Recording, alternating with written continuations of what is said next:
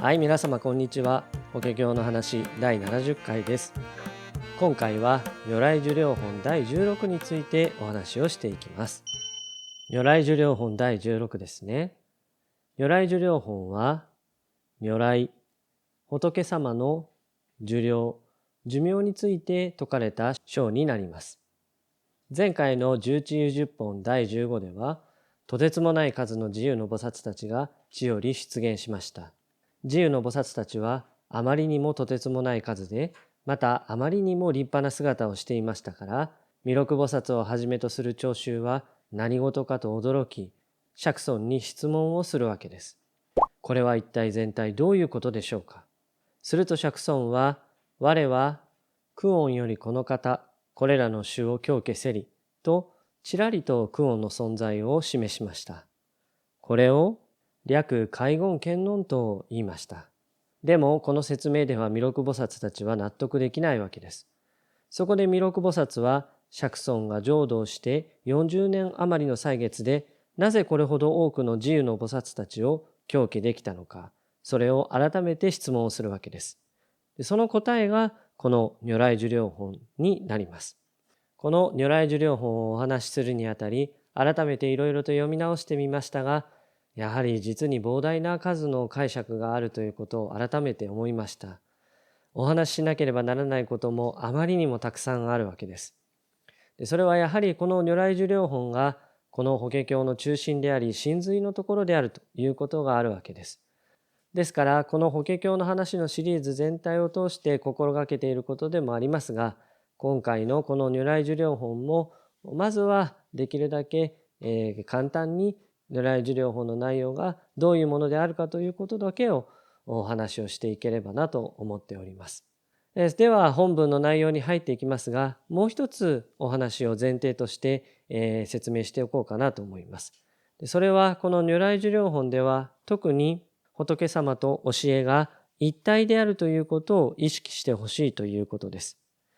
人としての仏様にとらわれすぎると、今回の如来寿量本で説かれていることがなんだかちんぷんかんぷんになってしまうようなことがあります。本当は三人ということ、発心、応心、法人ということをお話ししておいた方が良いと思うのですが、ちょっとややこしくなってしまいますので、とりあえず仏と教えは一体であるんだということを頭の隅に置いておいてください。言ってみれば当たり前のようなことなんですが、実はその部分が割と欠落してしまってお経を理解してしまうということがあるようでございます。この教えは法ということでもあるのですが、その法は仏様によって初めて私たち衆生に示されるわけです。ですから法だけがふわふわとどこかに存在していたとしても、やはり仏という存在が説き示してくれなければ、私たちはその法に触れることはできません。そしてその法が今日までしか存在せず、明日からはなくなります。ではこれは困ってしまうんですね。ですからその法が永遠である。永遠であるということを担保するということはとても大事なことになるわけです。その意味で法があってそれを説き示す仏様。この説き示す仏様にあたる存在は時や相手の性質によっても変わる場合がありますが、いずれにしても法と仏様が永遠であるという、それを説き示すことは、これはとても重要な意味を持ちます。ですから生命の存在としての仏様にあまりとらわれすぎないようにして、この如来寿量本を拝読していっていただければと思うんですね。ちなみに仏様が永遠なのであれば、なぜ釈尊滅後なんて話が今まで何度も出てきたのかと思ったあなた、大変鋭いですね。それに関してもちゃんと如来寿量本で示されています。では前置きが随分と長くなってしまいましたが、とにかく本文を見ていきましょう。まず冒頭、釈尊は多くの菩薩をはじめとする聴衆たちに次のように告げられます。尿等々心芸如来状態四五。そなたたちは如来の真実の言葉を信じて理解しなさい。状態とは真実のという意味になります。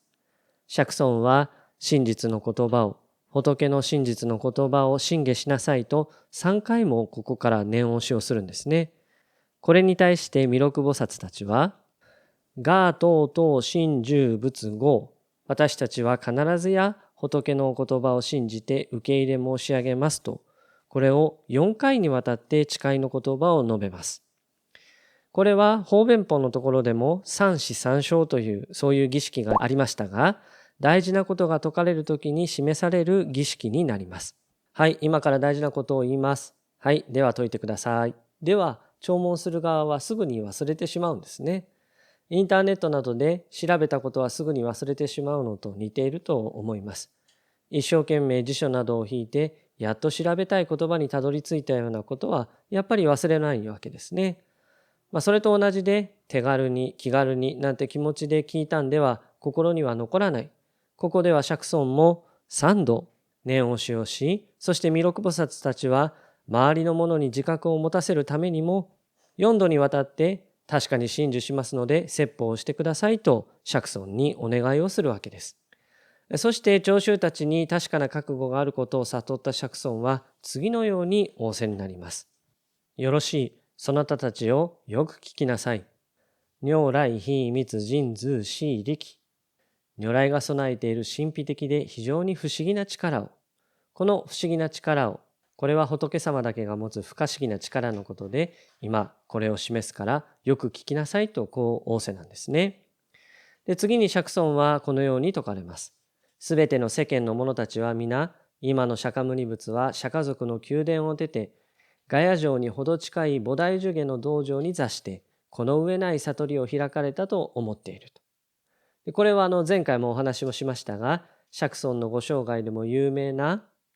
菩提樹下での悟りのことですね。それから40数年の日々が過ぎて今日に至っているわけです。ところが聴衆たちを、が実成仏以来、無量無辺、百千万の句なゆうたこうと。実は私が成仏してから無量無辺百千万の句なゆうたこうという資料を絶する長い時間が経っていると。私釈尊は菩提樹の下で浄土をしたのではなくて、本当は久遠の昔に浄土をし、それからとてつもなく長い年月が過ぎているとここで示されるんです。それがどれほど昔かというと、釈尊は次のように仰せになられます。その長さは例えば500千万の句なユータアーソーギーという膨大な三千大千世界をある人がすり砕いて細かな塵とし、東方の500千万の句なユータアーソーギーという無数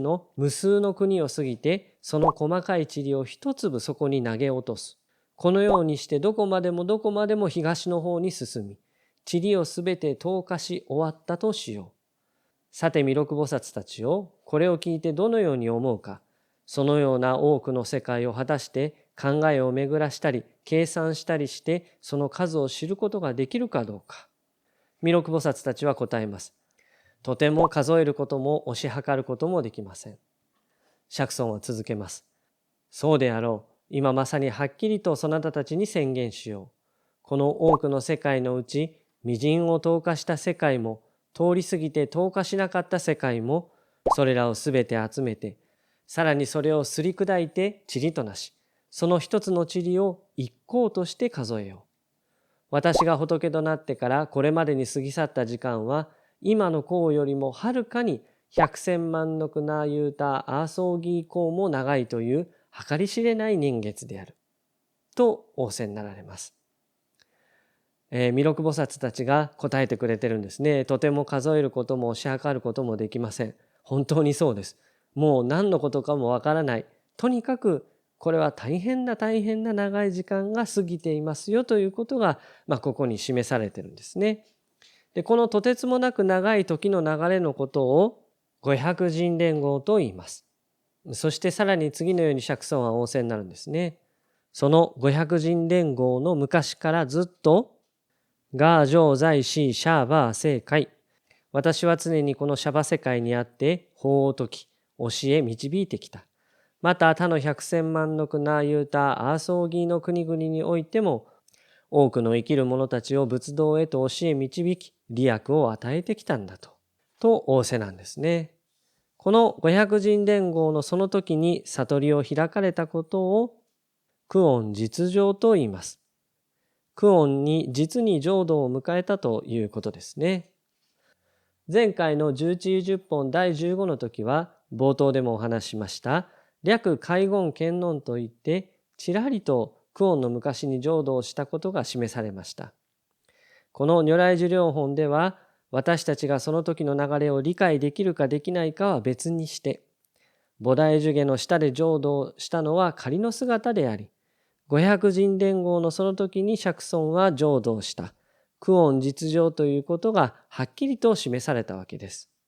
ですから詳しくそのことを示したという意味でこれを公海言検論と言います。この公は詳しいという意味ですね。近くは至上小学、遠くは久遠実情となります。この久遠実情が示されたことによってなぜあれほど膨大な数の自由の菩薩たちが釈尊の弟子であるかが理解されるわけです。五百人連合というとてつもなく長い間衆生を供給してきたから自由の菩薩たちも膨大な数がいらっしゃるというわけですね。でこれによって弥勒菩薩たちの疑問も晴れるわけです。また久遠実情が明かされることによってもう一つ理解されることがあります。それはとてつもなく長い間修行を供給してきた釈尊ですがその間さまざまな仏の姿となって衆生を導いてきたと示されるんですね。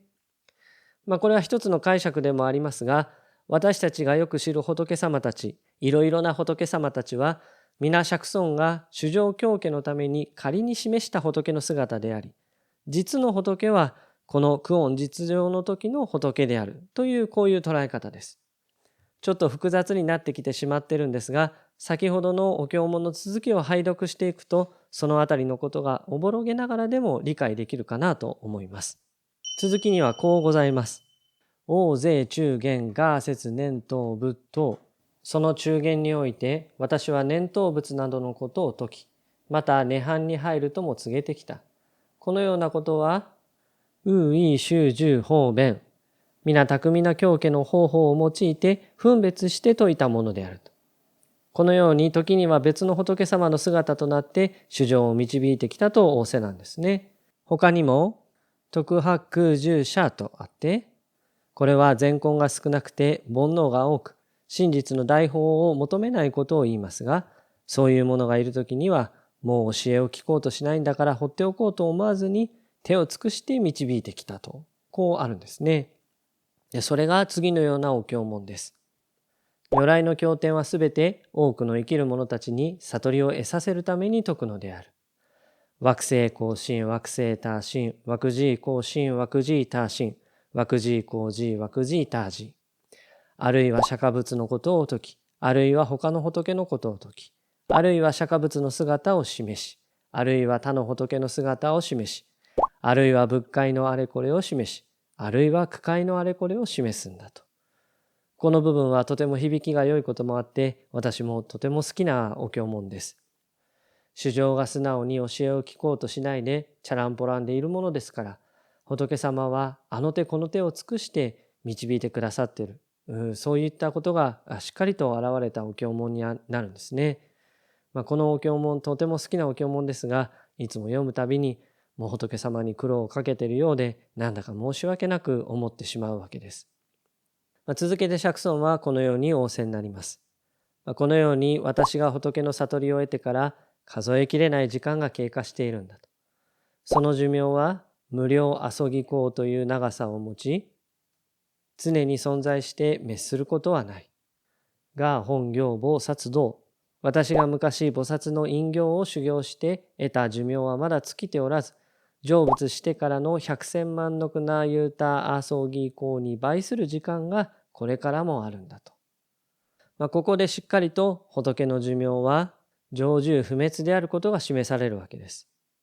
でここで最初の注意点で述べたことでありますが仏という存在にとらわれすぎるとそんな永遠不滅のものがあってたまるかと、こういうふうに思うかもしれませんが仏と法が永遠不滅であるということを表しているんですね。神羅万象の真理は私たちの生き死ににかかわらず永遠不滅です。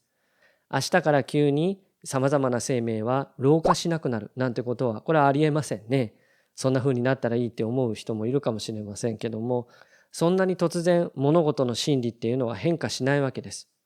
仏とその仏が説く真理も永遠不滅ですよと、変化しませんよということが、ここで確認をされるわけですね。そして実はここでもう一つ大事なことが説かれていまして、それがこの我本行菩薩道です。釈尊はいつも大事なことをちらりさらりと説き示すようですね。この我本行菩薩道は、我もとより菩薩道を行じると読むんですけども、釈尊にも菩薩の時代があったよということが示されているわけです。それの何が大事なのかということですが、そもそも仏教は成仏することを説いた教えなんです。誰もが仏になれると説いた教えですね。しかし現代の人たちが仏教をそのように捉えているかというと、それはちょっと難しいかもしれません。仏様は自分たちの願いを叶えてくれる存在で、その願いを叶えるために信心をしているというのが一般的な捉え方ではないでしょうか。ですから釈尊も確かに修行時代があって菩提樹の下で浄土をしたのですが、釈尊は生まれつき仏様であるだろうと、もともと特別な存在であったのだろうという認識になっても不思議ではないんですね。仏教は本来成仏を説く教えなんですが、皆成仏するという本来の仏教の法、教えの部分が忘れ去られてしまっていったわけですね。ここでクオンというはるかに遠い昔で、私たちはその時間の流れを知ることも感じることもできないんですが、そのクオンのその時に、私は菩薩の時代がありましたよということが明確に示されているということですね。で、これは仏も菩薩という修行の時代があって、そして改めて仏になったということが明確に私たちに確認されている、示されているということでもあるんです。つまりあまりにも特別な存在とされてしまっている仏を普遍化するというそういう意義もあるわけです。ちょっと難しいことを重ねて言っているようですが、つまり私たちに今一度仏教とは仏になる教えなんですよということを知らしめてくださっている。それがこの我本行菩薩道になるんですね。私たちは願い事を叶えてくれるのが宗教であると、そういうふうに思っているわけです。でも例えば少しくらいお金が入ってきても、またたとえ病気が治っても、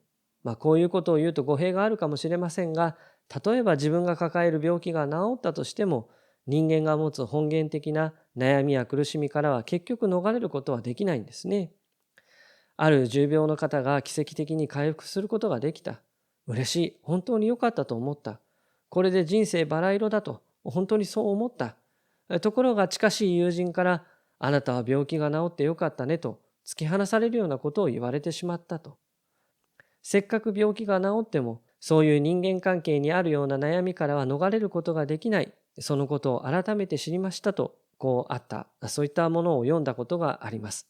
そういう意味で少しくらい願いが叶ったとしても、人間は本当の意味で救われるわけではないわけですね。だから仏になろうとしなければいけない。それが仏教の本来の法であるわけです。